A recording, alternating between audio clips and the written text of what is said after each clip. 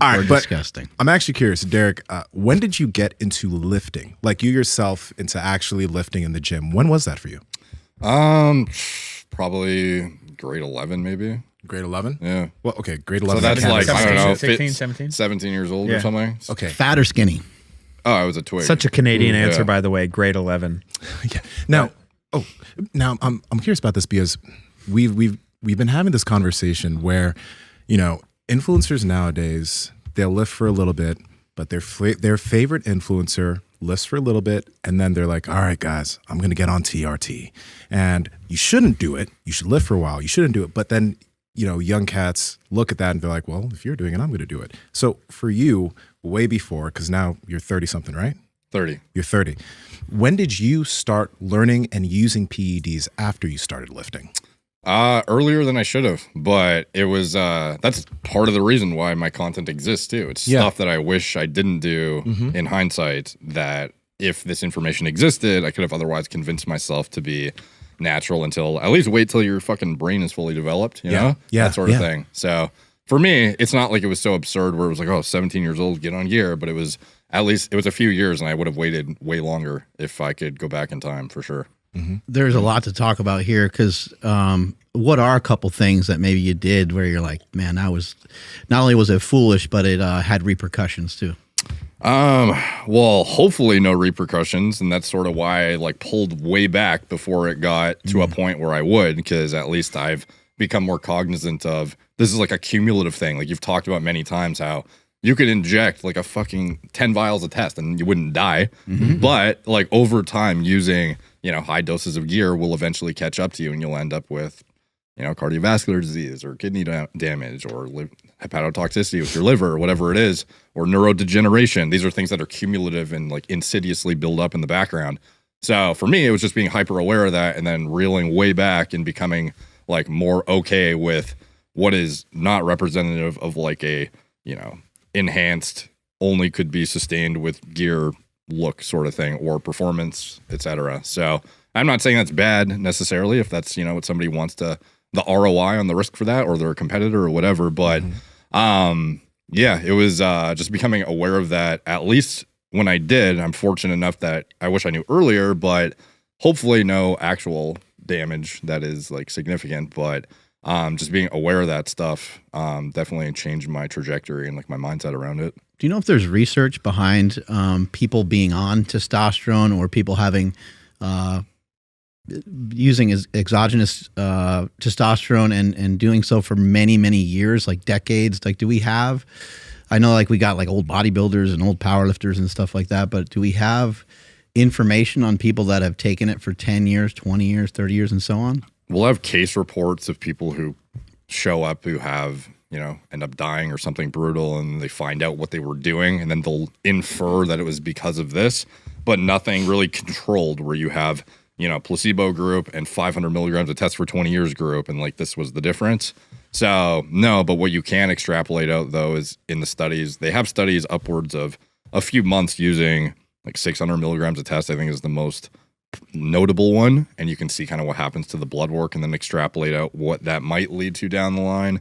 And there are a lot of studies on, I don't know, just like the cumulative buildup of these things and what could happen.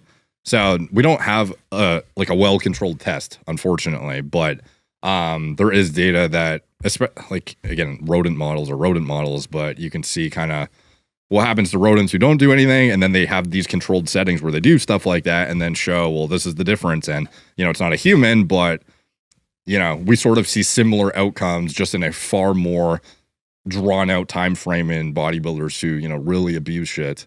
So you can kind of infer like, okay, this is probably what's building up on the back end that I'm unaware of right now.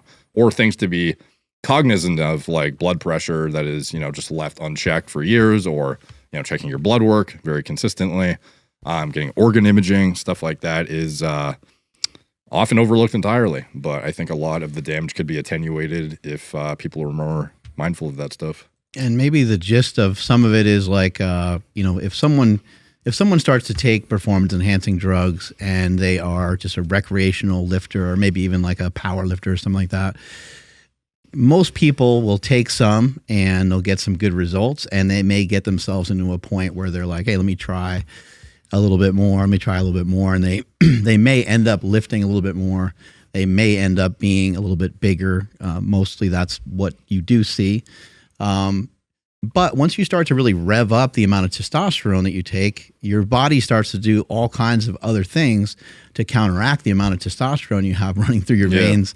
Can you explain some of that? And then maybe also explain how like sometimes there's a lot of like mitigation in that, because that's what Nsima and I and Andrew, we've talked about on the show before. Like once you start to throw in some of this pharmacology, like things start to get a little confusing. So you might want to really double, triple, quadruple think about this and really do your research before you get into this stuff, because it's not necessarily always as simple as I'm just going to take a little bit of test. Pat Project family, the legendary sweet rolls and the tasty pastries are some of the best tasting protein snacks you will ever find. They're so good.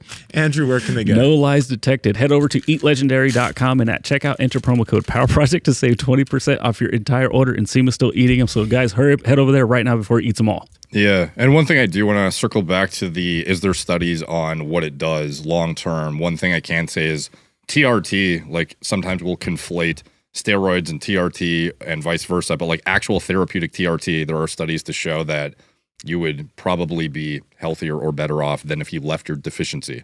So that is notable. If you were deficient, though, right? Yeah. And the determination of deficient is also subjective because it's a snapshot. Yes. Yeah, a lot of people are just haphazardly getting on because they're interpreting a like micro speck of time of their entire life. And it's like, oh, my T was 292 on one morning of one day, like equals I need test. It's like, no, probably. I'm going to blast it. Yeah, like maybe get a more comprehensive picture, make sure that you timed it right. Like, did you get your blood test at, 3 in the afternoon versus like right when you woke up? Get a more informed assessment of what's going on, especially upstream too. Some people just look at the test in their blood and don't look at, the signaling from their brain to their testes or what else is going on in their life that could have otherwise contributed to it. But yes, sorry, sort of diverting. No, it's great. Thank you. Yeah. But yeah, I just wanted to make sure I added that in because some people who are actually on therapeutic replacement might be like, oh shit, like, like what's going to happen to me if I take this? It's definitely warranted from everything I've seen, not a doctor here, of course, for somebody who literally has a deficiency, using it at a therapeutic level relative to leaving themselves in that state. It's going to be, from what I understand, like similar to a woman going through menopause. Like if they leave themselves deprived of hormones,